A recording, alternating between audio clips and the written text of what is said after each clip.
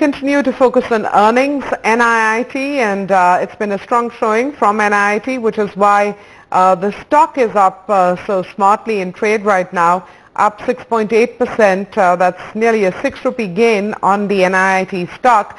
We're going straight across to P. Rajendran, Joint Managing Director and co-founder at NIIT. Mr. Rajendran, good afternoon. Congratulations on the quarterly scorecard from NIIT. What do you think stood out for NIIT in this quarter? Some commentary that came through in the press conference certainly suggested that this has been an important quarter for the schools business. You've also, done your largest ever deal. DigiNext has exceeded internal expectations and targets. But I'll leave it to you to characterize this quarter.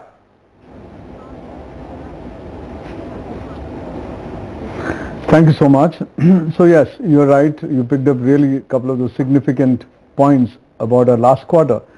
So in the B2C business, which is the skills and career, we had a little push in the quarter 3 thanks to demonetization and various other things.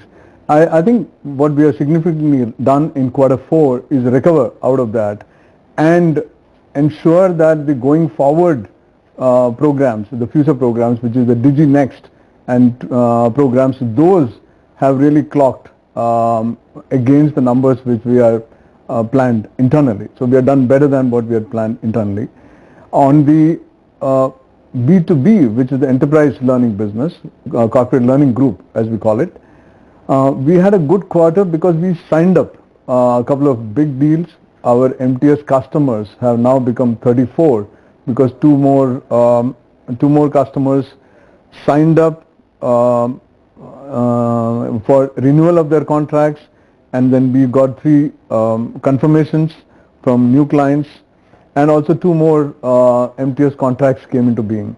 Now that is significant, taking it along with what we announced last quarter, which was a significant deal with the Canadian Real Estate Council for a 5-year contract where the revenue possibilities are of the order of 15 million Canadian dollars per year.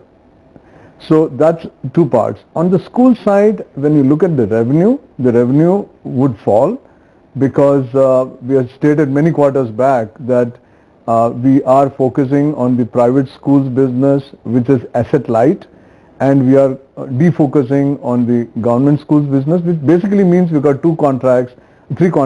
As they play out, we will stop taking more contracts. So Maharashtra project, significant project, executed very well, that got over in the last year. So to that extent the revenue would come down. But if you look at the private schools business, the asset light business, that has grown up significantly for the year and also for the quarter. So these are the top highlights of our last quarter, and we are pleased and our people are pleased of the returns they're getting from the good work that they have done. Which, brings us to the future, Mr. Rajendran, and with a resetting of expectations, larger deal wins as well. The question is, what's in place already in the first couple of months of this fiscal to suggest that, you could be going after larger deals, you could be, in a sense, casting the net wider?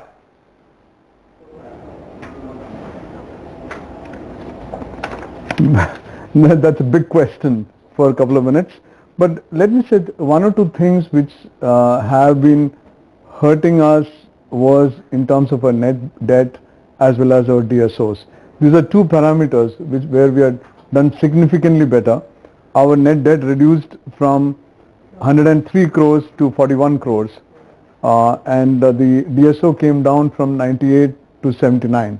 So that is significant for us because this kind of movement we are not been able to achieve last many quarters, and we are fairly sure that we'll continue to do so. So that is one thing about setting right a couple of things inside the company in our quest for growth. Second is on the MTS side.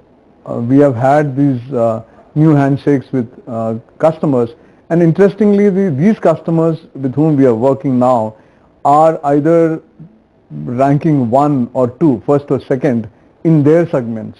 Unfortunately, many of these names we are unable to reveal. So MTS is an area where we are investing, to increase the productivity along with capacity where required.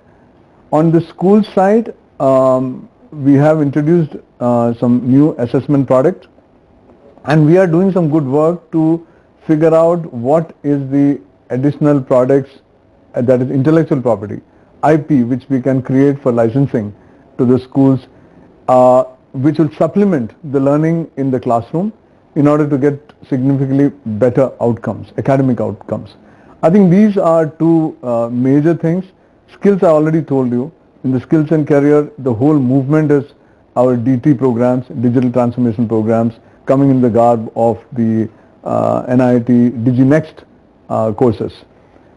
So we are fairly gung-ho in terms of where we are going in the next few quarters. Okay, I just wanted to pick up on what you mentioned about the schools business and creating intellectual property that will, be a better fit for these schools.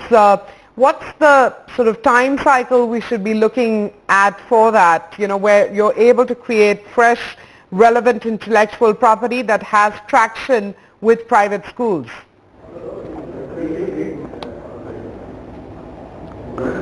I'll take 30 seconds for a little background also. When we started the private schools business, things were, the contracts were a 5-year contract, signed up, we would put assets inside the schools and we would run the services. Now as we move out of that asset-based business, the strength of the company is coming from IP-based programs which can be licensed and train the trainers and teachers, so that can be done inside the schools. So we are already doing that in math, for example, the math lab product, in IT, for example, which we call as the IT wizard product.